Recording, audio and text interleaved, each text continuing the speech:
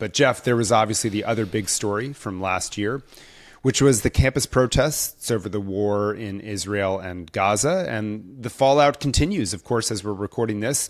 Colombia's president became the latest to resign after months of pressure over her handling of the pro-Palestinian demonstrations on campus. So I'll say, Jeff, I'm not sure I'm surprised when I saw the news, but I didn't see it coming when it did, if that makes sense, Jeff. Like I had this, oh, okay, I guess I understand that, but whoa, that just happened? Well, President Shafik made it longer than the other two Ivy League presidents who resigned for similar reasons at Penn and Harvard. So I think that's probably why it was a surprise. Perhaps we thought the initial storm had passed over the summer and that she'd survive. But it may have been the summer that seems to have eventually did her in, right? In her statement, she said the summer allowed her to reflect, especially with her family, about how difficult this job has been. And unlike her two counterparts at Penn and Harvard, she had a new job lined up outside of the university with the British Foreign Secretary. So she's going back to the UK, where she had come from before Columbia.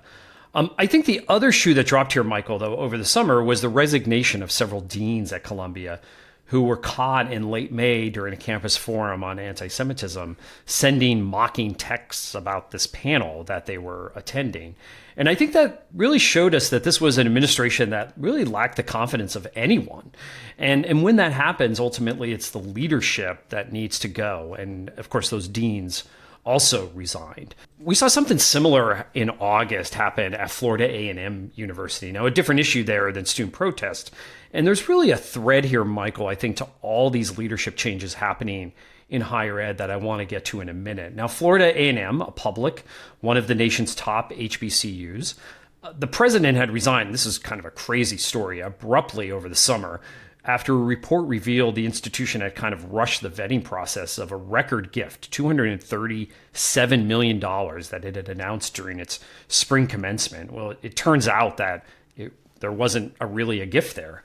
And then recently, the interim president asked the entire leadership team to resign.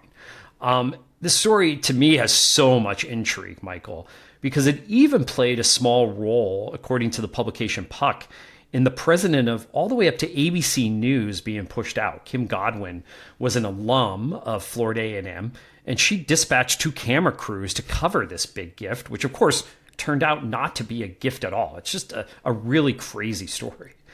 Really crazy. It was hard to follow as it was breaking. But Jeff, you did tell me that there's a tie between all those resignations. I'm looking for that one. Yeah. So I do finally want to get to that point, right? So in all these cases, right, we have Columbia, we have Harvard, we have Florida A&M, we have Penn. And by the way, let's add the University of Florida to that list, where former U.S. Senator Ben Sasse was president there for kind of a hot minute at the University of Florida.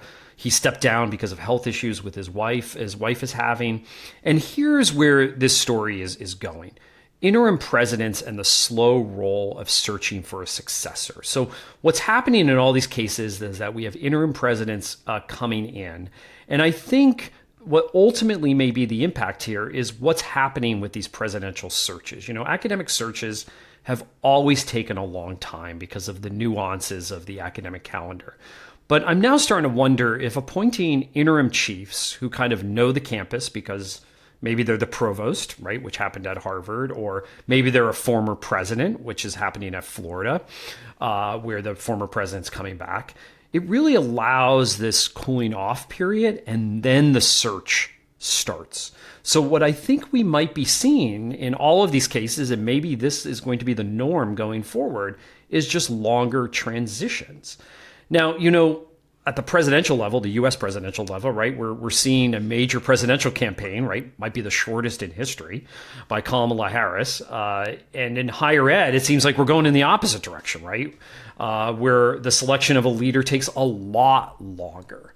Now, I posted about this recently on LinkedIn, and Holden Thorpe, who had been president at UNC Chapel Hill, he piped up in the comments and he said, you know, a longer period might be good because the interim comes in, and then when the new person eventually comes in, the new permanent president comes in, it's more about the future than the past. And by the time the interim's been there for a year, maybe even 2 years, maybe even longer, everybody kind of forgets about the person the interim replaced. And we could really focus on the future.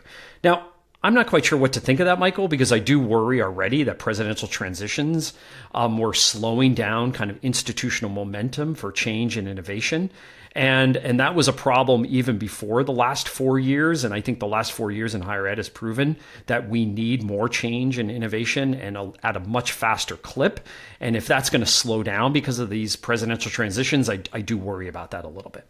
Yeah, that's sort of my instinct as well, Jeff. And it's probably a question of continuity. Do you have momentum towards something? A transition? Probably not great. You know, if you're trying to make that break from the past, resettle things, maybe it makes more sense. I don't know. But from my vantage point at Harvard, where we now have a declared 3-year presidency for President Garber, this dynamic seems unlike